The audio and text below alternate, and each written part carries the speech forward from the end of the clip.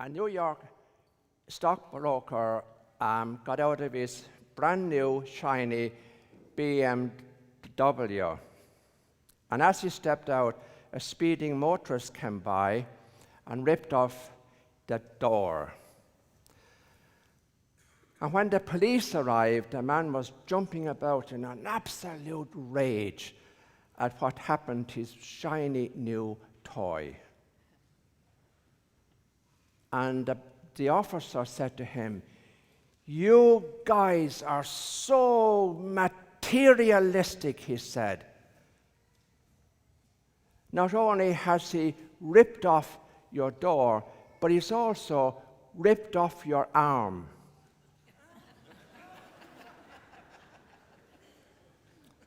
And the guy said, "Oh no," looking at the bloody stump left.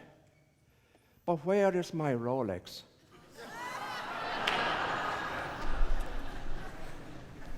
A young man went to a monk renowned for his holiness, and he said, "How can I be more wholesome and more holy?" And the monk gave him one single word in reply. He said, "Awareness."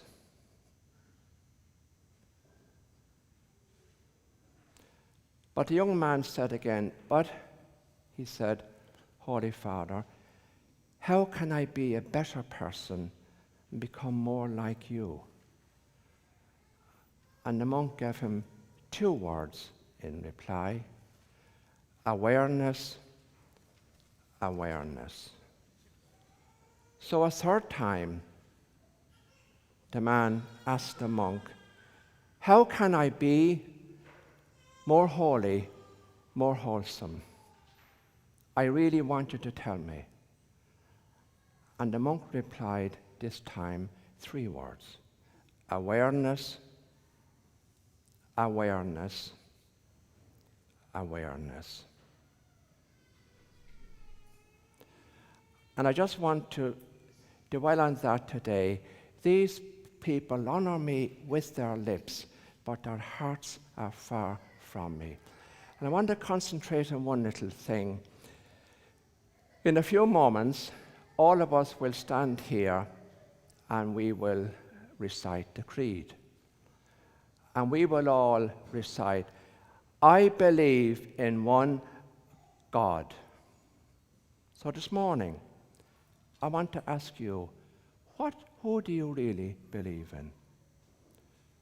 When you say,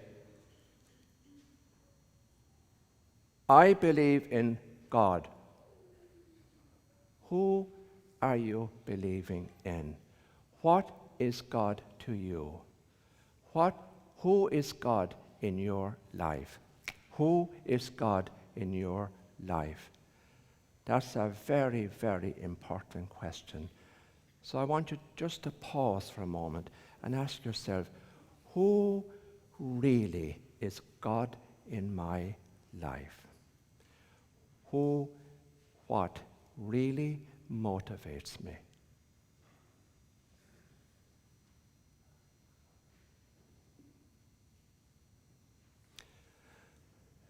In school, the teacher was talking about God to the children. And she said to the children, what would be a false God? Who would be a false God? Can anybody give me an example of a false God? And one little child put her hand up and said, money. Money. Another little girl put her hand up and said, a God who would hurt you. What a profound answer. A God who would hurt you. I spent, this is a sad thing to say, most of my life, even as a priest, believing in a false God. A false God.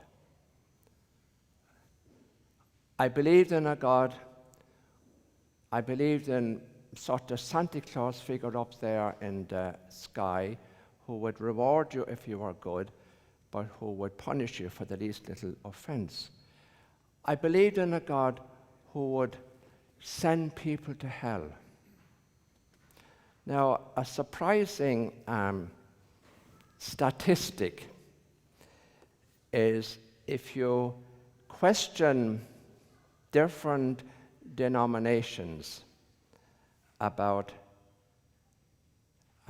whether torture should be used, who would you say was the highest number of any religious denomination who thought torture was all right? Catholics. And why wouldn't they think that? If you believe in a God who is an eternal torturer, a God who would send people to hell, why wouldn't you believe in torture?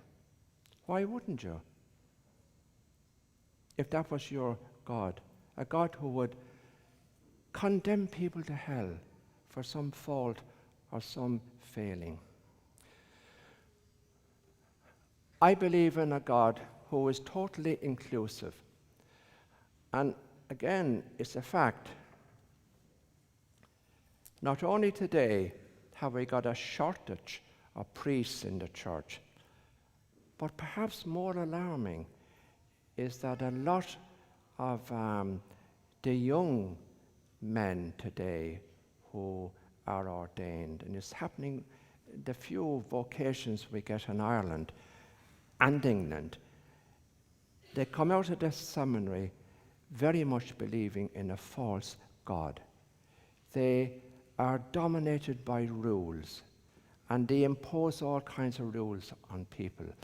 So I'll give you an example that has happened to me many, many times. This is a very practical example.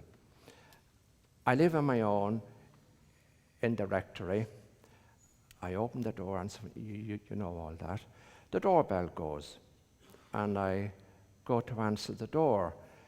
And there's a girl there, a little girl, a young girl, maybe in her late teens or just turned 20. She's there at the door, and she's got a little baby in her arms, and she's and when I open the door, she says,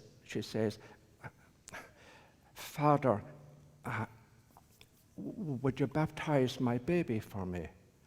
And I said, "Come in, what's your name?" And she says, "My name is Jennifer," for example.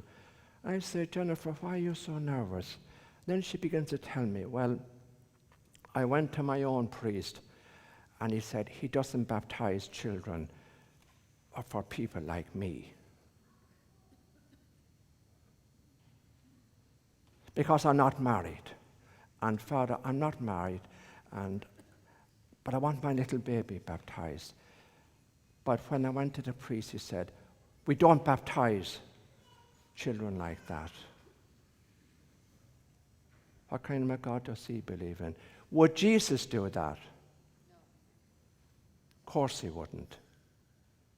Of course he wouldn't. Jesus was totally inclusive. And you know what you find? You know what you find? My next question to her is, when would you like me to baptize him or her? When would you like me to baptize your baby? And you know what? Do you know what happens? The next Sunday when I go out to celebrate Mass, guess who's in church? She's there with her little baby. And on the day of the baptism, maybe there's not many people there, but she's so happy and joyful. And every Sunday after that, guess who's at Mass? She with her little baby. Now, if I'm to be condemned for doing that, grand. I'll be happy. If that's all the Lord has against me, I'll be a lucky man. I honestly say that. This is the God that I believe in, a God who is totally loving, totally caring, and a God And I firmly believe that no matter what you do, no matter what sin you commit, God never stops loving you. He doesn't love you one iota less. A God who is all merciful. A God who is all merciful.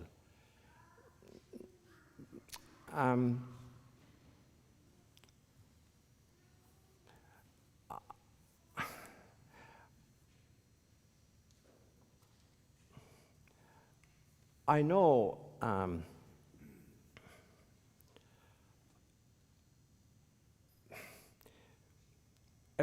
a very,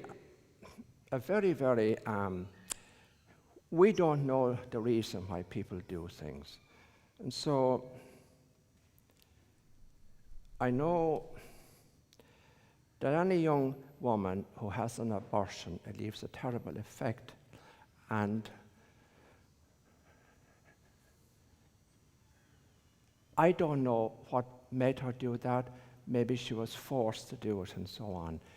But the worst thing, and it has happened, the very worst thing that can happen a girl or a woman like that is to come along to some priest who condemns her and rejects her. That girl, that woman, needs all the compassion and mercy that anybody can foster. And I recently met somebody like that, and well, what I said to her is, you've got a little angel in heaven. You've got a little angel in heaven. Who am I to judge or to condemn?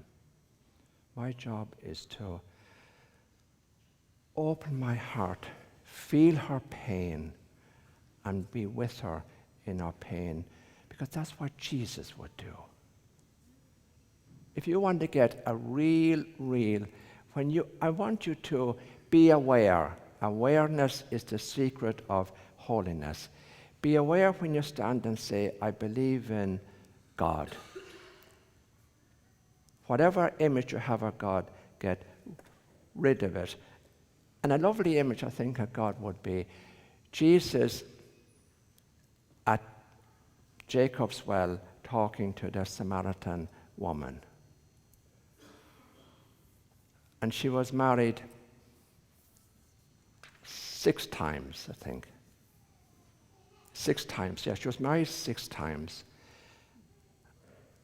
And people never came to the well in the middle of the day because of the noonday sun and it being so hot.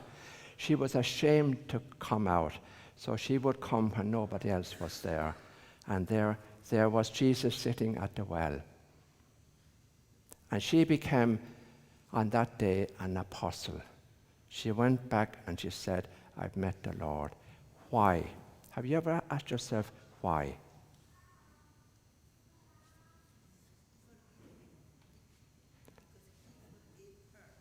More, because the first time in her life she met a man who really loved her.